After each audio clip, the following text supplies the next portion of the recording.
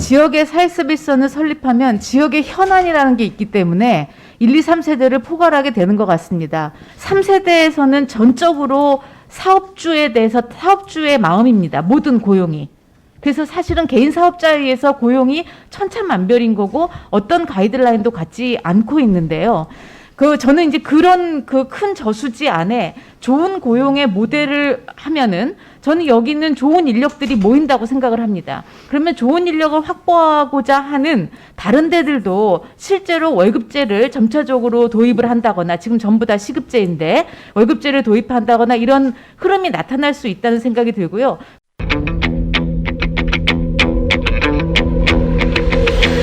이 사회서비스원이 1, 2, 3세대를 다 포함해서 포괄해서 대응책, 대응 방안이라고 볼 수 있다고 생각하십니까?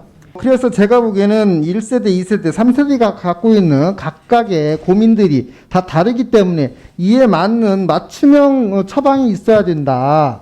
라고 보여지는데 이거를 사회서비스원을 만들어서 모든 문제를 다 해결할 수 있다라고 이제 그렇게 생각한다는 것 같아서 좀 아쉬운 부분이 있고 3세대 서비스의 주요 그 내용을 보면은 시간제로밖에 집행할 수 없는 구조가 있단 말이죠. 공적 보험이라든가 활동 지원이라든가 그런 것들의 사업 본질적인 예산 집행 방식이 다르기 때문에 이걸 급여제로 하려면은 거기서 발생하는 그 갭은 다 지방비 예산으로 투입이 돼야 돼요.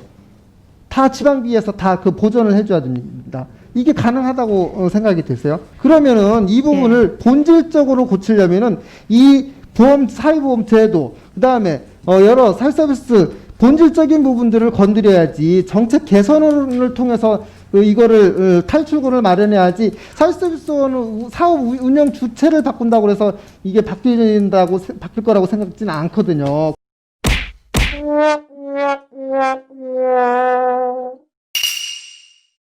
종사자 처우의 이 부분도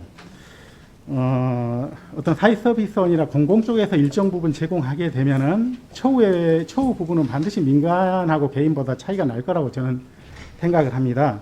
7만 개의 이런 그 사설 업체들이 있는 가운데에서 정부가 10%나 20%를 하는 게 그게 그렇게 민간과 경쟁하는 거고 민간의 이익을 침해하는 거라고 생각하십니까? 저는 그렇지 않다고 봅니다.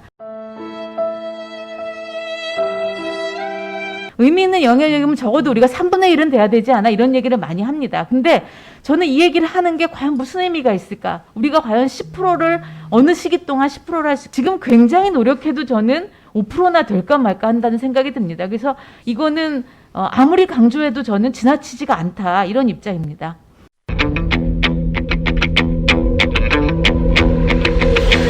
똑같은 일을 하면서 민간에서 일하는 95%의 종사자들에 대한 어떤 처우 부분이라든가 그런 부분에 대해서는 지금 아무런 대책이 없어요. 그리고 1세대, 2세대에 대해서는 뭐 정부가 보조금을 다 주고 있다라고 하는데 지금 정부조차도 그 정부 임금 가이드라인 88.4% 정도밖에 지금 지급을 못하고 있거든요. 그러면은 종사자들 대부분이 지금 열악한 처우에 있다라는 게 전반적인 실정인데 그 부분에서 5%만 뽑아다가 공공기관 직원으로 월급제로 해가지고 뭐 임금, 그 다음에 복리, 후생 모든 것들을 다 지켜주게 되면은 나머지 95%의 어떤 형평성 문제 이제 그 부분에 대해서도 우리가 고민을 좀 해야 될 것 같고요.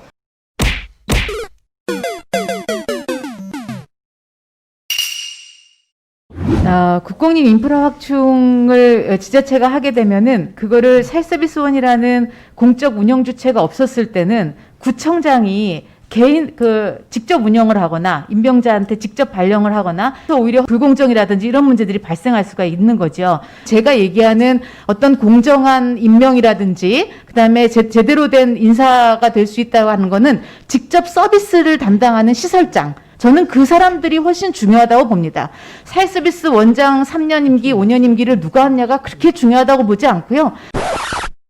저는 실제 시설장들을 실력 있는 사람들을 하게 하고 그 사람들의 고용을 안정시키고 그 사람들이 일할 수 있도록 국가가 지원해주는, 지자체가 지원해주는 게 중요하다고 보고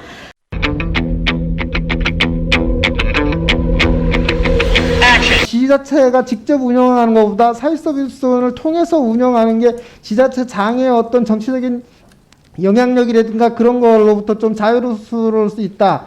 채용 과정이라든가 그런 것들이 공정해질 수 있다라고 이제 하셨는데, 실질적으로 지금 서울 사회서비스원, 광주 사회서비스원이나 원장, 이사장, 뭐 이사, 친정권 인사들로 채워지고 있어요. 사회복지하고 전혀 관련이 경력도 없는 사람들도 지금 진입을 하고 있어요. 과연 그런 게 공정성이 담보가 될 수 있겠느냐? 여전히 그거는 정치권의 영역에서 자유로울 수 없는 부분들이거든요.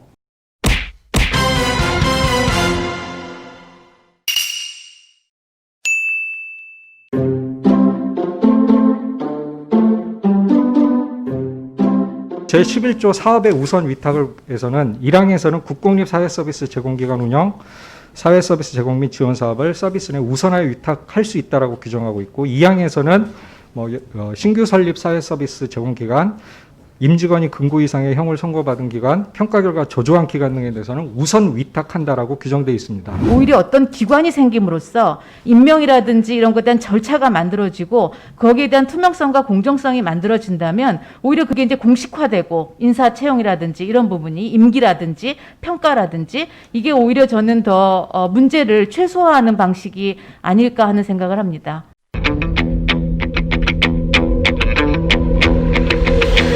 지금 법안에서 이제 신규 설립 시설이라든가 평가 결과가 저조한 시설 같은 경우에 이 우선해서 이제 수탁할 수 있도록 사회서비스원에 줄 수 있도록 돼 있는데, 자, 이렇게 되면은 종사자들 입장에서 본인이 일하고 있는 시설이 평가가 좋은 거에 대해서 좋게 생각할까요? 나쁘게 생각할까요? 나쁘게 평가받아가지고 사회서비스원으로 넘어가기를 그 직원들이 손꼽아서 학수고대하고 있지 않을까요? 이 노조 조직들이 이런 기대감을 종사자들한테 이제 불어넣어가지고 직원들하고 운영자 간의 갈등이 유발되고 있는 데들이 지금 많아요.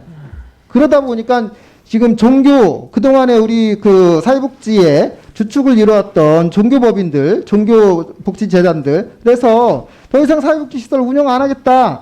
그렇게 해서 포기되는 데들이 많습니다.